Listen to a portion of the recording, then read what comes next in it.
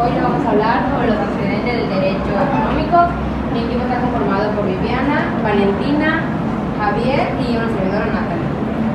Para empezar, quisiera decir que el sistema económico de México pues, ha tenido varias etapas, a veces abajo, sube, dependiendo también pues, cómo nosotros llevemos el país y adaptándonos también al sistema económico que nosotros necesitamos. Para empezar, quisiera decir que empezamos con 1810. En esta etapa es muy importante ya que la guerra de independencia formuló muchas cosas. En esto, el más importante para nosotros fue el de la Constitución de 1824, porque ahí empezó las leyes que competen al derecho económico. Una de ellas y muy importante fue que los estados de la federación agarraron el fortalecimiento de la protección de las actividades agrícolas, ya que pues para empezar pues todo lo que nosotros tenemos como materia pues se fue agarrando para poder ahí sustentar varias cosas. En eso mismo pues dejar de comprar a otros países y empezar a hacer pues lo básico que podíamos hacer en nuestro país, porque también no contábamos con maquinarias modernas. Otro de los puntos es que reconoce a la nación la propiedad originaria de tierras, aguas inmersas en territorio nacional. Como México empezamos a agarrar todo lo que necesitamos, aprovechar la tierra, que pues es una de las más fértiles que tenemos. La faculta al Ejecutivo a expropiar propiedades privadas por causa de utilidad pública, previa indemnización con aprobación del Senado. Ahí es donde empiezan a agarrar partes del terreno de unas personas. Algunas sí les afectó, pero porque no les pagaron correctamente, pero pues sirvió para la economía de nuestro país. Otro punto es el Poder Legislativo tiene facultades presupuestarias. Aquí más que nada empiezan a tenerle valor a la moneda, empezamos a poner para cada sector lo que necesitaba y pues cómo hacerlo levantar. De ahí pasamos a 1824 con la Junta Provisional de Congreso Constituyente, que más que nada promulga a los mexicanos de la nación una federación en la que está dividida por los tres poderes, y ahí ya empiezan a partir pues, cada quien como legislamos y ya cada quien cómo se va a repartir la economía del país. De ahí pasamos a 1836 con la Constitución Centralista, que se creó el Supremo Poder Conservador, que se incorporó al Distrito Federal. Fue muy importante, pero como ya habíamos mencionado, pues el de 24 fue uno de los más contribuyentes para nuestro país. De ahí pasamos al 1842 con las 7 leyes que más que nada fueron las bases de la organización política de la República Mexicana. El Ejecutivo recobraba facultades de control sobre los ingresos del Estado de Comercio. Ya que vieron que no les favoreció de esa manera, vuelve a entrar en sus facultades para poder volver a alzar la economía del país. De ahí pasamos a 1857, establece las bases del Estado Federal Mexicano, el Estado laico, la separación de los poderes independientes del Poder Judicial, se contemplan las garantías individuales. Ahí es donde ya pierde facultades esa parte de expropiarse de las tierras y cada quien como que entra en pues, los derechos de cada quien y sus garantías.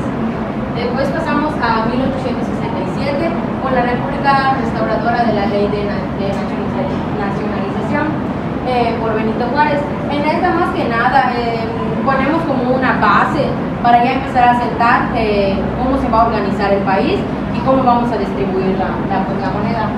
Y para finalizar lo que viene siendo el sistema económico liberal evolucionista formal, terminamos en 1910 con la Revolución Mexicana, con el objetivo de la democracia, la participación de la población, estandarte de la burguesía, Plan de San Luis.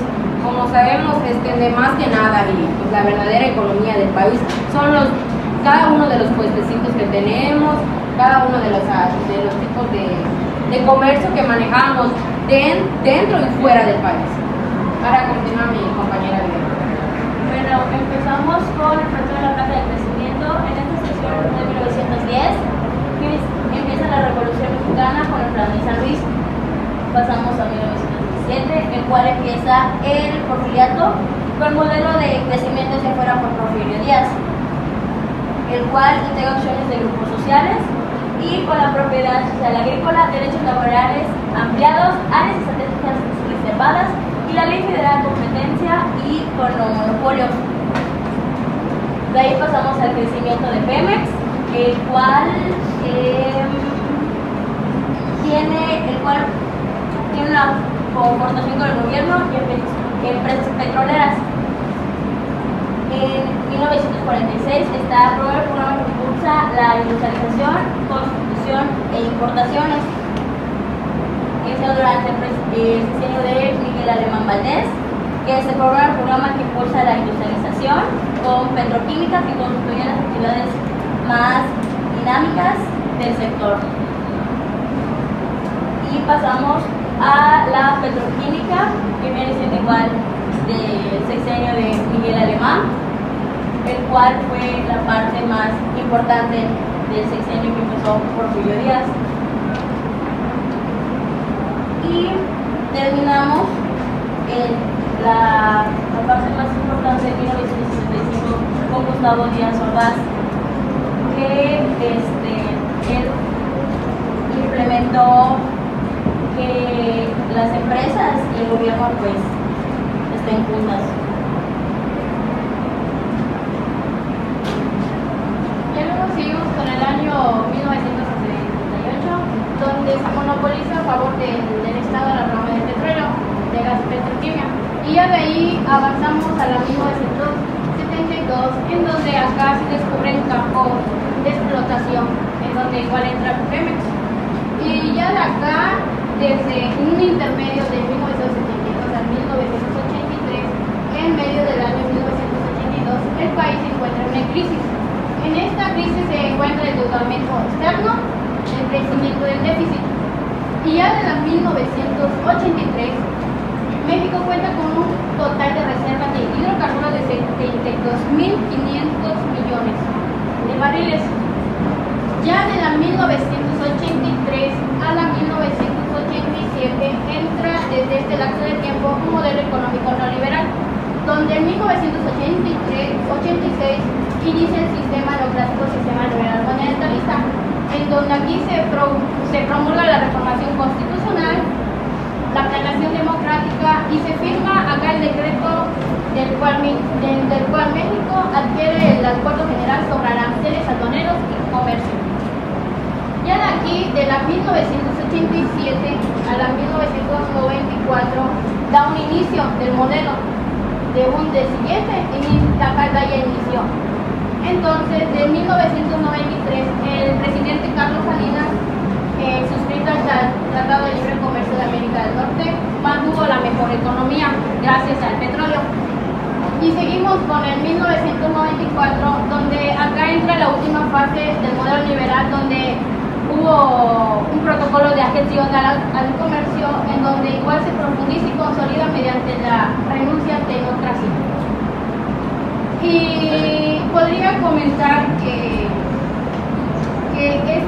este esquema neoliberal que comenzaba a gestionar a partir de las décadas desde 1980 provocó que Pemex fuera abandonado a su suerte, en el que la Secretaría de la Refinaría y Petroquímica y se contratara como hasta la fecha, en las cuales uno de los componentes que sigan hasta el día de hoy es la gasolina.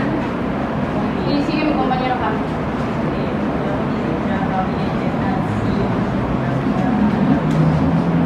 Bueno, en parte tiene razón porque ya digo una oportunidad, pero ahora que está de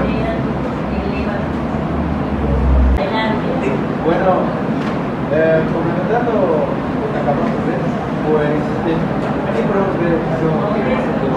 aquí podemos ver lo que pasó con la economía que pasó en 1993 y después de cómo esto que en 1994 fue el último modelo de la fase neoliberal. Ahora bien, ya pasando al sexenio de Vicente Fox, en el sexenio de Felipe Calderón, o sea, durante ese tiempo, pues como eso se profundizó y consolidó la tecnocracia en nuestro país, pues con el tiempo a esa época de 2008, pues, México se somete a la peor crisis económica que se podría enfrentar, ya sea a nivel global, o sea, en el sentido de que de que eso va a enmarcar el sistema capitalista. Y eso después de construir todo eso, pues creo que no fue de la, creo que no supieron, o sea, cómo manejarlo adecuadamente. Pero ya después en 2012, con el sistema de Enrique Peña Nieto, pues durante su administración el crecimiento de la economía, o sea, ya fue aumentando, o sea, un poquito de manera cercana a un 2.5%, ya que ahí se intentaba recuperar todo lo que se había perdido, y eso que había empezado desde inicios con el 13% de incremento de la economía para mejorar ese estado económico.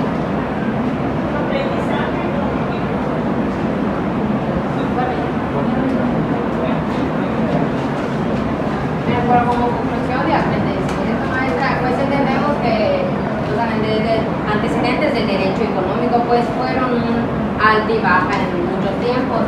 Pues para empezar, pues la Constitución nos ayudó mucho para más o menos saber cómo llevar el país, y pues tuvimos bajas por manera más o menos, creo que de no saber cómo manejar dichas empresas.